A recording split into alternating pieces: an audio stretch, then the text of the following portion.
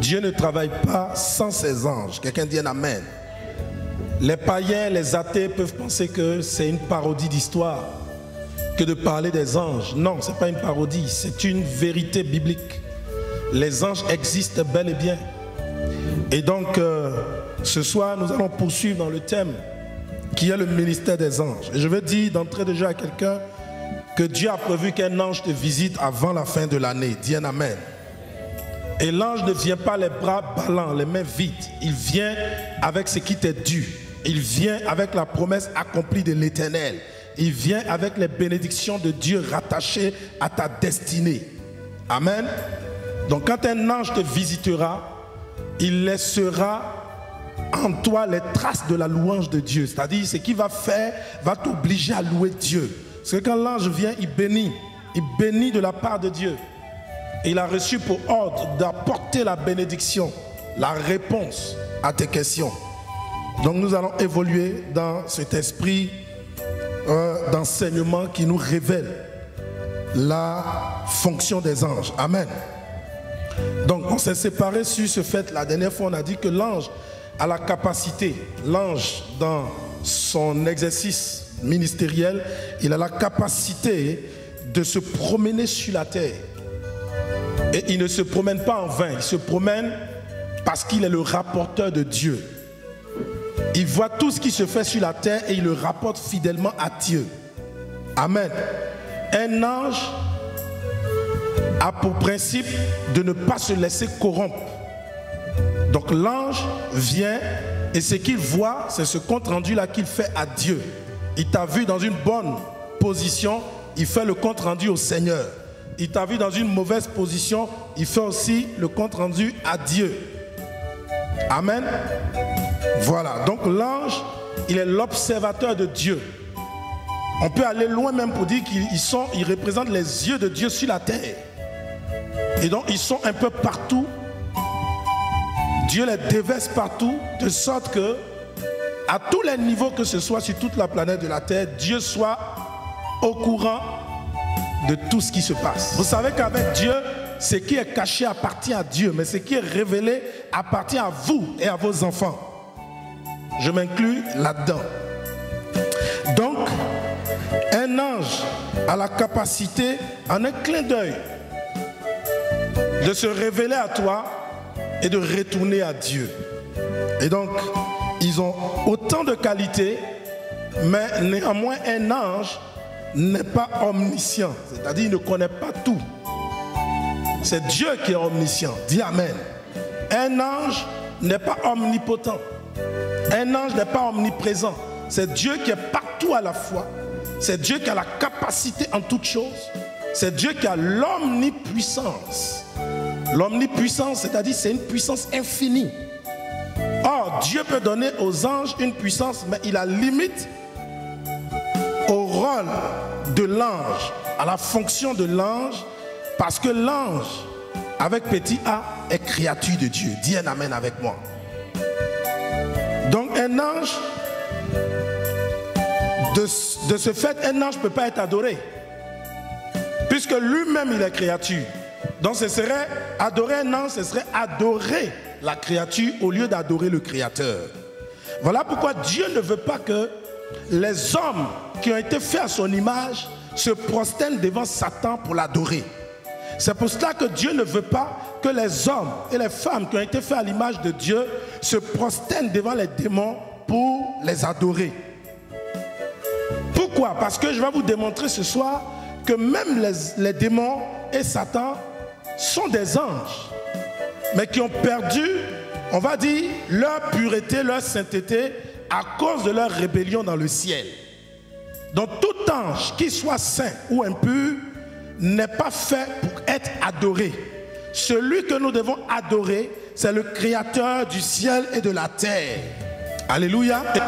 Donc moi qui suis orateur, quelle que soit la manière dont Dieu va m'utiliser, même si tu vois en moi le plus grand des prophètes, je ne suis pas venu au monde pour qu'un homme m'adore.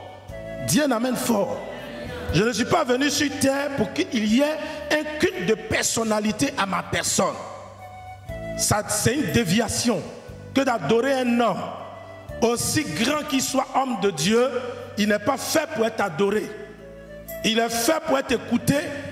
Si toutefois cet homme annonce ce qui plaît à Dieu. Donc aucun homme, avec son titre, avec sa sainteté ou quoi, n'est fait pour être adoré.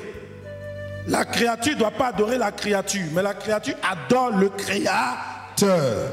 Il faut qu'on soit d'accord là-dessus pour qu'on évolue. Amen. Que Dieu vous bénisse.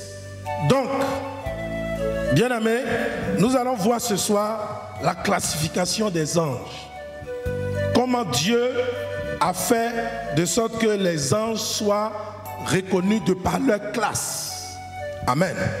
La première classe des anges que nous trouvons, je vais vous le révéler, nous trouvons ce que la Bible appelle les archanges, sinon l'archange.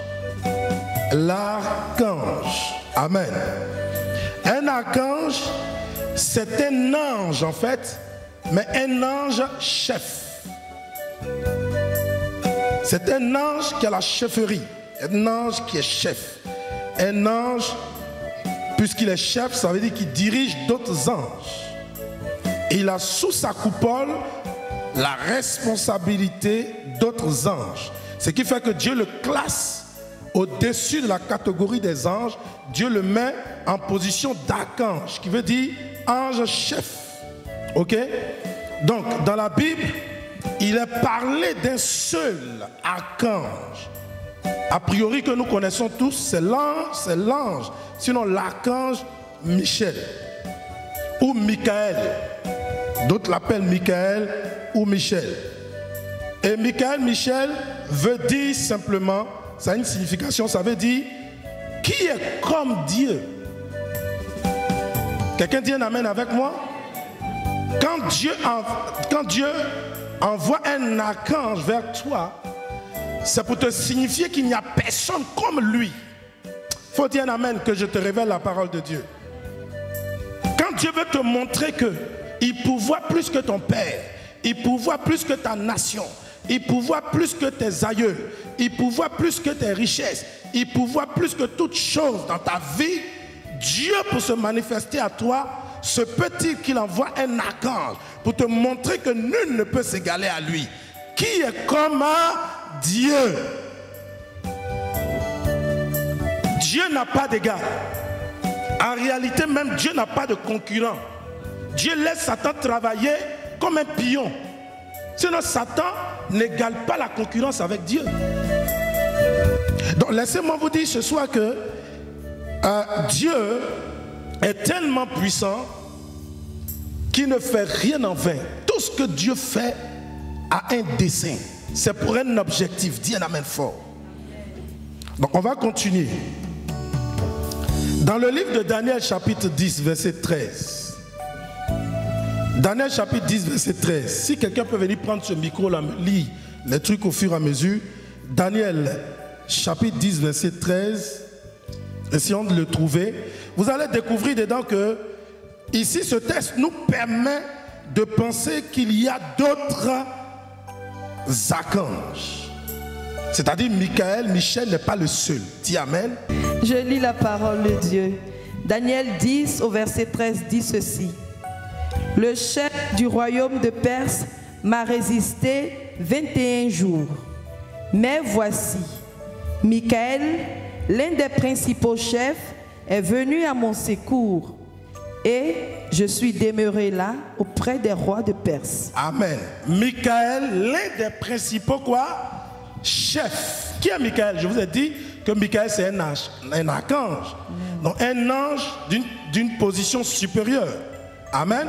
Amen. Et Daniel dit ici Michael, l'un des principaux chefs. Ce qui veut dire que Michael n'est pas le seul principal chef. Il y a d'autres comme lui. Amen. Amen. Mais celui que Dieu libère le plus, qui vient beaucoup sur la terre, c'est celui-là qu'on connaît du nom de Michael ou Michel. Amen. Que Dieu vous bénisse. Amen. On va évoluer. Apocalypse 8 au verset 2, il est écrit: et je vis les 7 anges qui se tiennent devant Dieu, et 7 trompettes leur furent données. Arrête-toi là. Et je vis les 7 anges qui se tiennent devant Dieu. Ici, les 7 là, c'est à croire que les archanges sont 7. Il s'agit des anges qui se tiennent devant Dieu. Tout ange ne se tient pas devant Dieu. Il peut être autour du trône de Dieu. Il peut être, comment on appelle ça, au-dessus du trône de Dieu. Je vais vous démontrer où Dieu positionne certaines catégories d'anges selon la Bible. Mais concernant les anges qui se tiennent devant Dieu, c'est les anges qui ont une qualité supérieure, qui ont la chefferie en eux. Dites un amen. Ce sont des anges supérieurs. Et l'archange Michael a eu beaucoup de missions sur terre. Vous voyez? Ici, Daniel, ce n'est pas n'importe qui, c'est un prophète. Dis un amen avec moi. Daniel, c'est un homme de dimension avec Dieu. Et donc Dieu voit que Daniel a poussé une relation très forte, très profonde avec lui. Et Dieu, pour parler de temps en temps à Daniel, envoie un ange, mais d'une classe supérieure, qui était un archange. Vous voyez? Donc c'est pour vous dire quoi? Selon le prix que vous payez sur la terre, selon les souffrances que vous traversez sur la terre, selon la manière dont vous vous battez sur terre pour faire la fierté de Dieu, Dieu peut vous envoyer un ange supérieur pour se révéler à vous. Dites un amen. Dieu peut envoyer un ange supérieur en mission pour venir vous secourir d'un danger. N'oubliez pas que Dieu ne change pas sa façon de travailler. C'est pour ça que Hébreu nous dit que Dieu est le même hier, aujourd'hui et éternellement. Sa personne ne change pas, ses agissements ne changent pas. Amen. On va évoluer. On a fini avec la classe des anges qu'on appelle l'archange. Amen. On va voir la classe des anges, tout court, anges, au pluriel, parce qu'ils sont nombreux. Anges au pluriel, ça dit il y a un S à la fin. Je ne parle plus des archanges, je parle des anges. Je ne vous dis pas le nom de tous les anges. Mais par contre, parmi tous les anges, il y a un dont le nom a été révélé, c'est l'ange Gabriel. Dis amen avec moi. Qui connaît l'ange Gabriel dans la Bible? Voilà. L'ange Gabriel. Donc prenons l'exemple de l'ange Gabriel pour définir ce que c'est que la classe des anges. Donc l'ange Gabriel, le terme signifie en hébreu le héros de Dieu. Ou ça signifie tout simplement Dieu est puissant. Donc cet ange-là, qui est l'ange Gabriel, il a apparu dans la Bible 4 fois. 4 fois. Et quand il apparaît, il vient toujours pour aider les saints. Dis un amen avec moi. Si tu es saint par ta foi en Jésus-Christ et par tes efforts d'amélioration de vie sur la terre, Dieu enverra toujours l'ange Gabriel à ta rescousse, à ton secours, quel que soit le danger que tu traverses. Même si tu passes par l'ombre de la vallée de la mort, tu ne craindras aucun mal, parce que Dieu s'assurera que l'ange Gabriel te protège, me protège. Donc l'ange Gabriel, dans sa qualité d'ange, a pour ce rôle-là d'aider les saints. Il vient pour nous aider face à nos faiblesses, face à nos difficultés, face à nos épreuves, face à nos doutes. L'ange Gabriel vient pour éclairer. Il vient pour éclairer. Ou des fois il vient, c'est-à-dire quand il vient pour éclairer, tu es dans les ténèbres, tu as besoin de lumière, tu es dans le doute, tu as besoin de réponses, tu es dans les séries de questions que tu te poses. D'où vient mon malheur? Il vient pour t'éclairer. Il vient apporter la lampe du Seigneur sur ton chemin. Il vient apporter la lumière de Dieu dans ta vie. Amen. L'ange Gabriel, il a aussi un messager de bonnes nouvelles. C'est-à-dire le jour où Dieu veut t'annoncer une bonne nouvelle, il va envoyer toujours l'ange Gabriel. Lisez bien la Bible, les apparitions de l'ange Gabriel ont démontré les bonnes nouvelles qui sont venues. Alléluia. Daniel chapitre 8 verset 16. Prépare-le, tu vas le lire. Daniel chapitre 9 verset 21. Luc chapitre 1 verset 19. Et le verset 26.